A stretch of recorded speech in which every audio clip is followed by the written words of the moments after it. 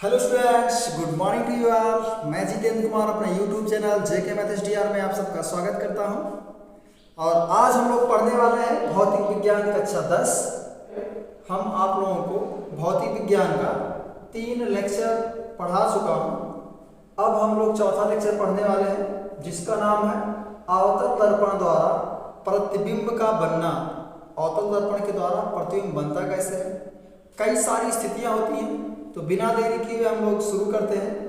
पहला स्थिति है कि जब वस्तु अनंत पर स्थित हो, यानी कि जब वस्तु अनंत पर स्थित होता है तब उसका प्रतिबिंब कहाँ बनता है, कैसा होता है, ये सारी चीजें आज हम आपको बताने वाले हैं। तो स्टार्ट करते हैं। यह एक अवतल दर्पण है जिसका नाम हम लिख देता हूँ M1 M2। यह एक अवतल दर्पण है। इसका ध्रुव P है, मुख्य फोकस F है और वक्रता केंद्र यहाँ कहीं C है। ठीक है। अब वस्तु को कहाँ रखा गया है, अनंत पर। अनंत से आने वाली जो भी किरणें होती हैं वो आपस में समांतर होती हैं। आप बहुत दूर से आने वाली किरणें जो होती हैं, बहुत दूर से आने वाली जो किरणें होती हैं वो आपस में समांतर आती हुई प्रतीत होती हैं। तो इस प्रकार मान लेते हैं कि अनंत में कोई वस्तु यहाँ पे रखा हुआ है। यहाँ से 2 किरण हम ले जाते हैं, एक किरण ए डैश ले जाते हैं इस तरह से, और यहाँ दर्पण से टकराने के पश्चात वह मुख्य फोकस से होकर के चला जाता है। जैसा कि आप नियम में पढ़ चुके हैं, जब कोई प्रकाश किरण दर्पण के मुख्य अक्ष के समांतर जाता है तो दर्पण से परावर्तन के पश्चात वह मुख्य फोकस से होकर के जाता है। तो पहला किरण इस प्रकार से जा रहा है और यहाँ टकरा रहा है।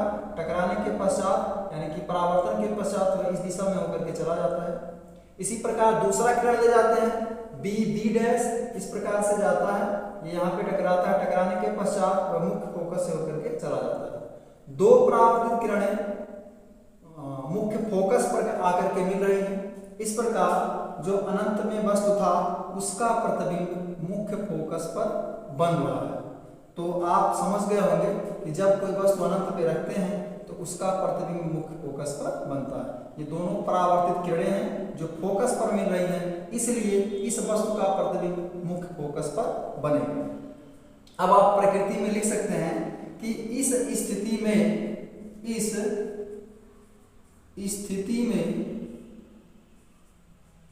वस्तु का प्रतिबिंब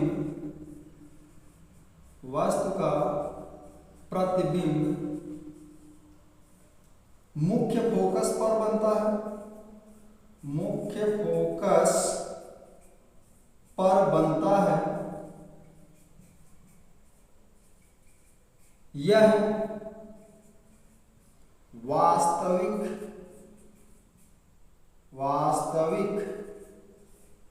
उल्टा तथा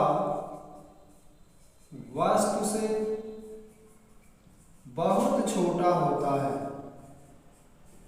बहुत छोटा होता है। तो आप समझ गए होंगे कि जब वस्तु को हम अनंत पर रखते हैं तब उसका प्रतिबिंब मुख्य फोकस पर बनता है। यह वास्तविक होता है, उल्टा होता है और वस्तु से बहुत छोटा होता है। इसका मतलब कि बिंदु के साइज के, बिंदु के आकार का होता है।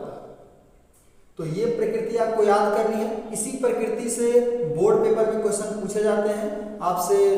वस्तुनिष्ठ टाइप के, एमसीक्यू टाइप के क्वेश्चन भी इसमें से बनते हैं और लिखने के लिए भी दे देता है और रे डायग्राम बनाने के लिए भी दे देता है। तो इस प्रकार आप रे डायग्राम को भी समझ लीजिए और प्रकृति को भी समझ लीजिए, ताकि आपसे किसी भी प्रकार का क्वेश्चन अगर बोर्ड में पूछा जाए, परीक्षा में पूछा जाए, तो आप आसानी से वहां पे हल कर लें। ठीक है। तो जब वस्तु अनंत पर स्थित होती है तो आप समझ गए होंगे कि प्रतिबिंब कहाँ बनता है, कैसा होता है, इसकी स्थिति सारी प्रकृति को समझ गए। ठीक है। तो चलते हैं, अगला स्थिति देख लेते हैं। अगली स्थिति क्या है, अब हम वस्तु को थोड़ा सा और पास लाएंगे। अभी तो हम अनंत पे रखे थे, अब हमको वस्तु को और थोड़ा पास लाना है।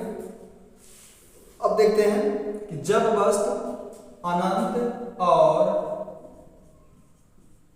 वक्रता केंद्र के बीच में स्थित हो, वक्रता केंद्र के बीच में स्थित हो, स्थित हो तब उसका प्रतिबिंब कैसे बनता है? आइए रे डायग्राम से, किरण आरेख से समझ लेते हैं। तो किरण आरेख बनाते हैं हम। किरण आरेख है, यह एक प्रतिबिंब दर्पण है, इसका नाम M1 M2 है, इसका ध्रुव P है, मुख्य फोकस F है, वक्रता केंद्र C, इसके मुख्य अक्ष के लंबवत वक्रता केंद्र और अनंत के बीच में एक वस्तु OO डैश रख देते हैं। ठीक है, अब यहां से एक किरण हम मुख्य अक्ष के समांतर ले जाते हैं इस प्रकार से, और जो किरण मुख्य अक्ष के समांतर जाता है वह दर्पण से परावर्तन के पश्चात मुख्य फोकस से होकर के गुजरता है। तो इस प्रकार ये किरण मुख्य फोकस से होकर के जा रहा है। दूसरा किरण हम वक्रता केंद्र से ले जाते हैं। एक किरण और चाहिए प्रतिबिंब बनाने के लिए, तो आप वक्रता केंद्र से भी ले जा सकते हैं, मुख्य फोकस से भी ले जा सकते हैं, और ध्रुव से भी ले जा सकते हैं। डायरेक्ट यहाँ पे आपतित कराएं तो कहीं से भी आप ले जा सकते हैं। तो चलिए मैं फोकस से ही ले जाता हूँ दूसरा किरण मुख्य फोकस से ले जाते हैं इस प्रकार। अब हम ये जानते हैं कि जब कोई प्रकाश किरण मुख्य फोकस से होकर के जाता है तो परावर्तन के पश्चात मुख्य अक्ष के समांतर हो जाता है, यानी कि ये मुख्य अक्ष के समांतर हो जाएगा। तो यहां से जाएगा ये इस तरह से,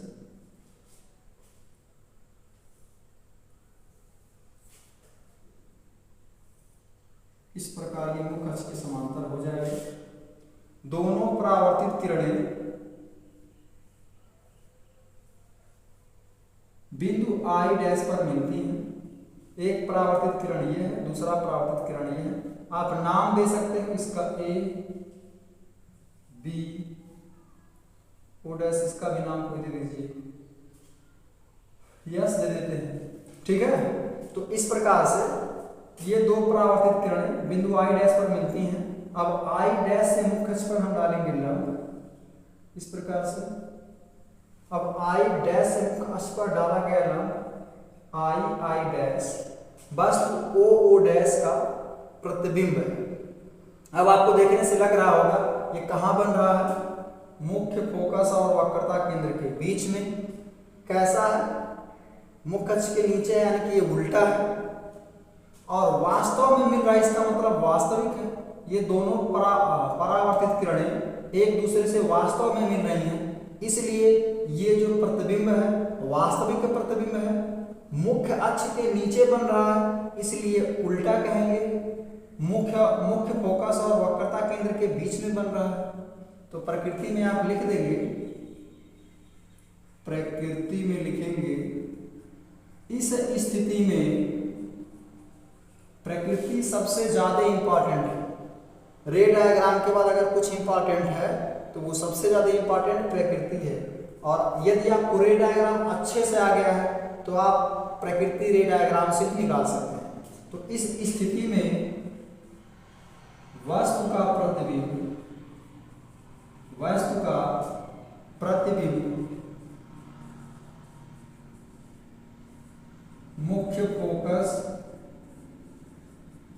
मुख्य फोकस तथा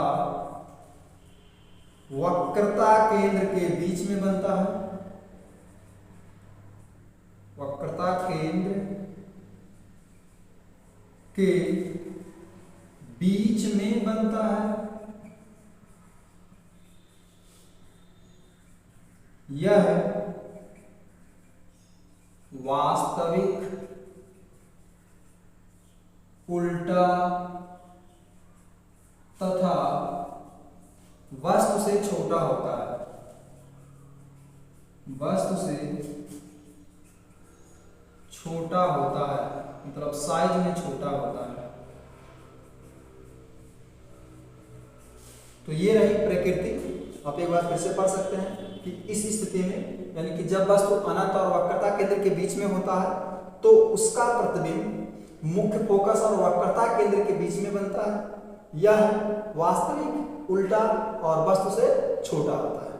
ठीक है, आई होप आप इस स्थिति को भी समझ गए होंगे। अब हम लोग अगले स्थिति में आते हैं कि जब वस्तु को हम वक्रता केंद्र पर रखते हैं तब उसका प्रतिबिंब कहाँ बनता है, कैसा होता है। ये भी बहुत इंपॉर्टेंट स्थिति है। इस स्थिति को कई बार बोर्ड परीक्षा में पूछा गया है, तो बोर्ड की दृष्टि से भी ये काफी इंपॉर्टेंट है। तो आइए देखते हैं इसको भी। ये तीसरा स्थिति है, जब वस्तु वक्रता केंद्र पर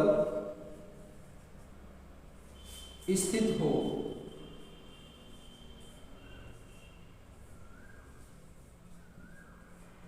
ठीक है, जब वस्तु वक्रता केंद्र पर स्थित हो तब उसका रे डायग्राम बना लेते हैं। जब हम वस्तु को वक्रता केंद्र पर रखते हैं तब उसका प्रतिबिंब कहाँ बनता है और कैसा होता है। तो रे डायग्राम में देखते हैं हम लोग। यह है M1 M2 एक अवतल दर्पण है जिसका ध्रुव P, मुख्य फोकस यह तथा वक्रता केंद्र C है। अब हमको इसी वक्रता केंद्र पर एक वस्तु रखनी है, तो हमने रख दिया वस्तु OO' वक्रता केंद्र पर। अब इस वस्तु का प्रतिबिंब बनाने के लिए हमको दो किरणों की आवश्यकता होगी। तो पहला किरण हम ले जाते हैं मुख्य अक्ष के समांतर। जो किरण मुख्य अक्ष के समांतर जाती है वह दर्पण से परावर्तन के पश्चात मुख्य फोकस से होकर के जाती है इस प्रकार से। और दूसरा किरण हम ले जाते हैं मुख्य फोकस से, और जो किरण हम मुख्य फोकस से ले जाते हैं वह परावर्तन के पश्चात मुख्य अक्ष के समांतर हो जाती है। ऐसे दोनों परावर्तित किरणें बिंदु I' पर मिलती हैं। I' वस्तु OO' का पूरा प्रतिबिंब है। ठीक है, तो अब इसकी स्थिति देख लेते हैं कहाँ बन रहा और कैसा है। प्रकृति आपको फिगर में दिख रहा होगा कि इस स्थिति में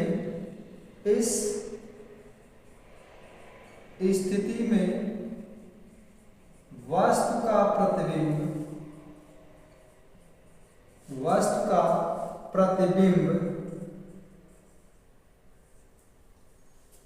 वक्रता केंद्र पर ही बनता है। यहां आपको दिख भी रहा होगा कि वक्रता केंद्र पर बना है। वक्रता केंद्र पर बनता है। यह वास्तविक, उल्टा तथा वस्तु के बराबर होता है।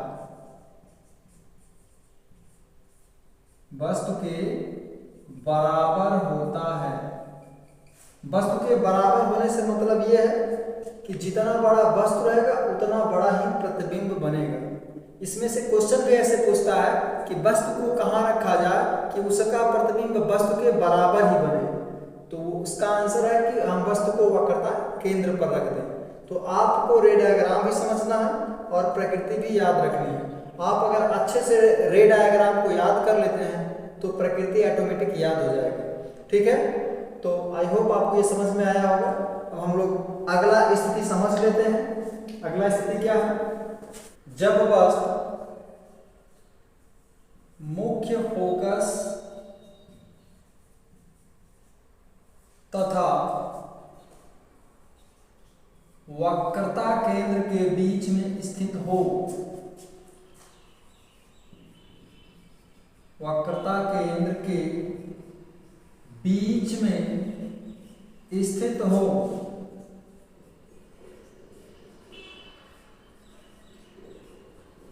तो उसका रे डायग्राम हम लोग बना लेते हैं और उससे समझ लेते हैं किरण आरेख से कैसे समझते हैं।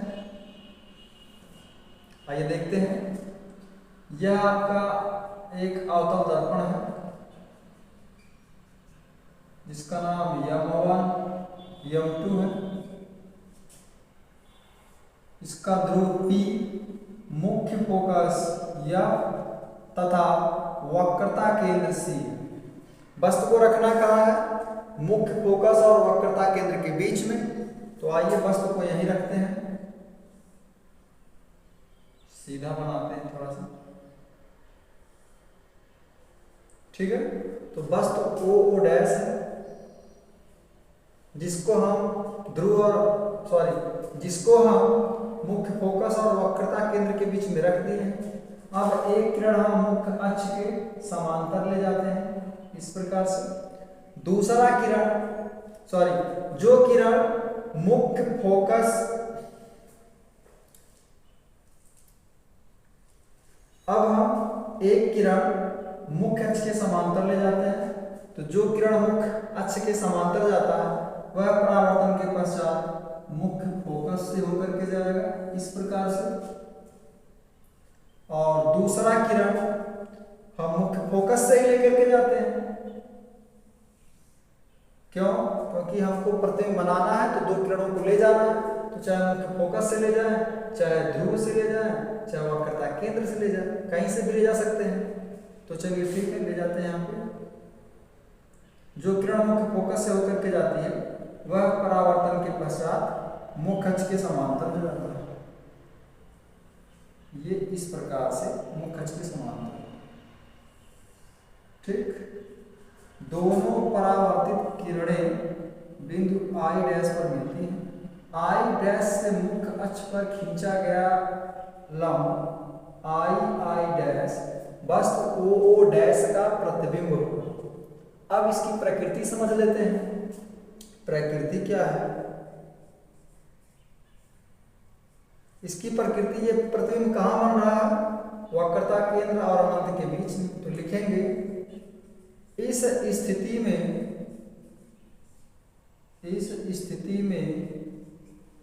वस्तु का प्रतिबिंब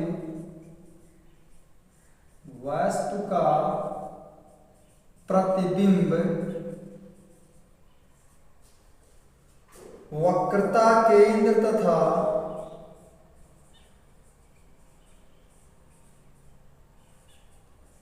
अनंत के बीच में बनता है।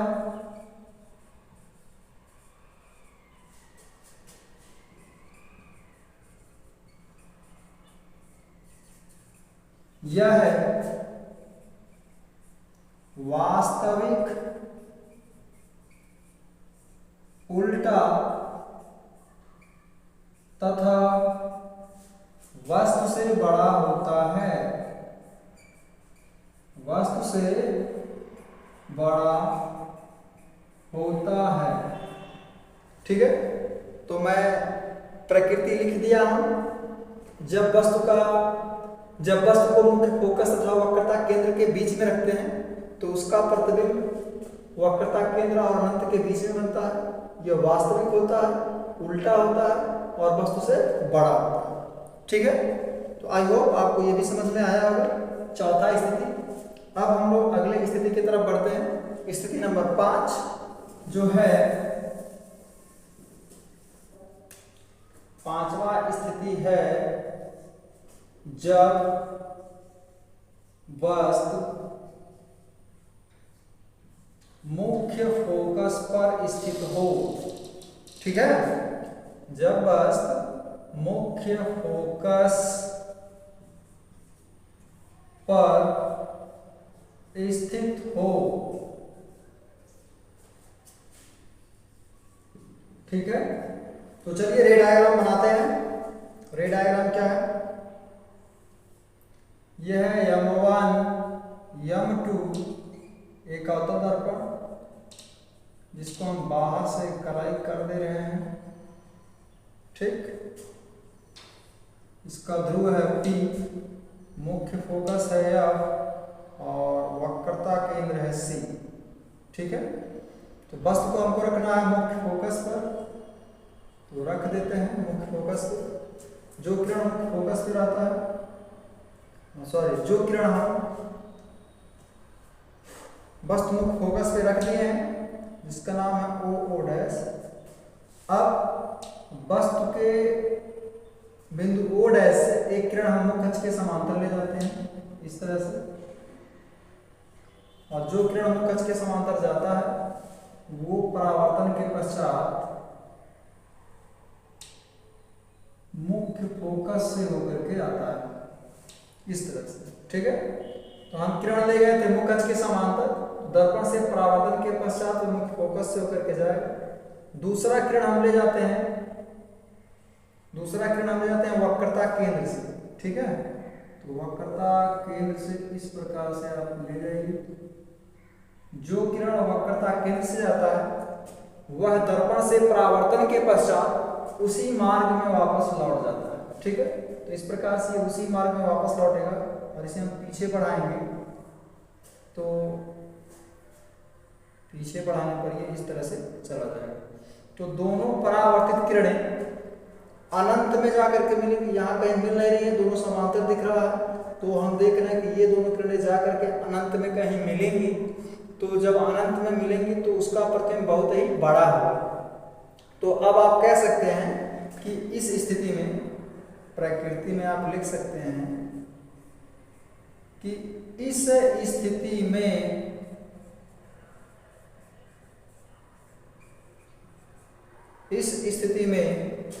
वस्तु का प्रतिबिंब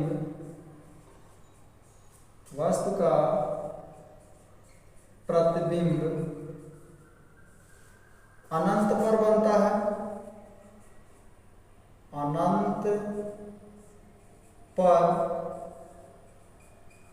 बनता है, यह वास्तविक,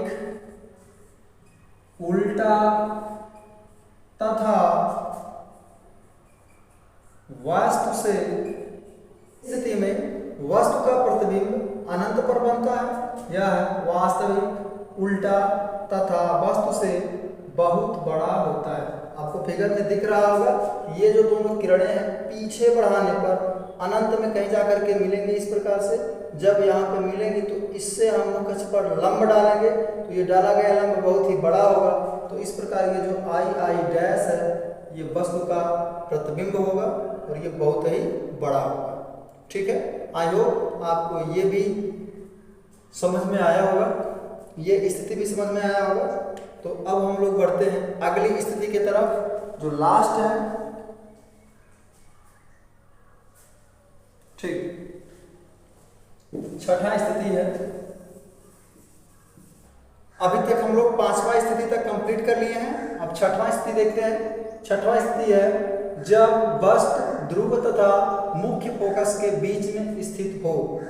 तब के लिए हम रे डायग्राम बनाते हैं और उसका प्रकृति भी समझ लेते हैं।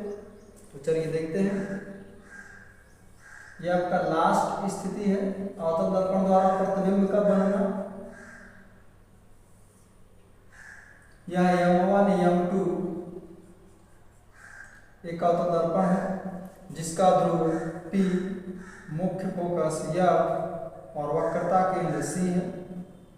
यहाँ पर वस्तु को हम ध्रुव और मुख्य फोकस के बीच में रखते हैं, ठीक है। तो अब एक किरण हम ले जाते हैं मुख्य अक्ष के समांतर। जो किरण मुख्य अक्ष के समांतर जाता है वह परावर्तन के पश्चात मुख्य फोकस से होकर के जाएगा। दूसरा किरण हम ले जाते हैं वक्रता केंद्र से, और जो किरण वक्रता केंद्र से जाता है वह उसी मार्ग में वापस लौट जाता है, ठीक है। दोनों परावर्तित किरणों को पीछे बढ़ाते हैं जब हम, तो ये इस प्रकार से फैलता हुआ जा रहा है, ठीक है। इस प्रकार से दोनों किरणें फैल रही हैं। तो हम यहाँ से अनुमान लगा सकते हैं कि ये दोनों पीछे बढ़ाने पर, इस तरफ आगे बढ़ाने पर कहीं भी मिलने वाली नहीं है, कहीं भी एक दूसरे को नहीं काटेंगे, तो इधर तो प्रतिबिंब नहीं बनेगा। अब हम इस किरण को दर्पण के पीछे बढ़ाते हैं यहाँ पर, और इसको भी हम ऐसे आगे बढ़ाते हैं। इन दोनों को इधर बढ़ाने पर दोनों बिंदु I डैश पर मिलती हैं और I डैश से मुख्य अक्ष पर खींचा गया लंब I डैश वस्तु OO डैश का आभासी व सीधा प्रतिबिंब होगा। इसकी प्रकृति देख लेते हैं क्या है। प्रकृति में क्या लिखना है। इसकी प्रकृति है इस स्थिति में वस्तु का प्रतिबिंब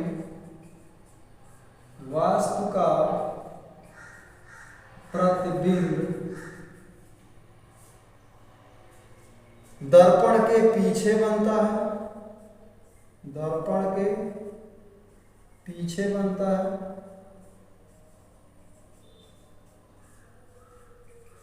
यह आभासी सीधा तथा वस्तु से बड़ा होता है। ठीक है, तो ये जो लास्ट स्थिति था कि जब वस्तु को ध्रुव और मुख्य फोकस के बीच में रखते हैं तब उसका प्रतिबिंब कैसा बनता है और कहाँ होता है, तो आप रे डायग्राम में देख रहे होंगे। जब वस्तु को ध्रुव और मुख्य फोकस के बीच में रखते हैं तब उसका प्रतिबिंब दर्पण के पीछे बनता है। यह आभासी होता है और सीधा होता है तथा वस्तु से बड़ा होता है। तो आई होप अवतल दर्पण द्वारा प्रतिबिंब का बनने का जितना भी स्थिति था उन सारी स्थितियों को हम आपको पढ़ा दिए हैं, समझा दिए हैं। रे डायग्राम के थ्रू और प्रकृति के थ्रू सारी चीजें मैं आपको बता दिया हूँ।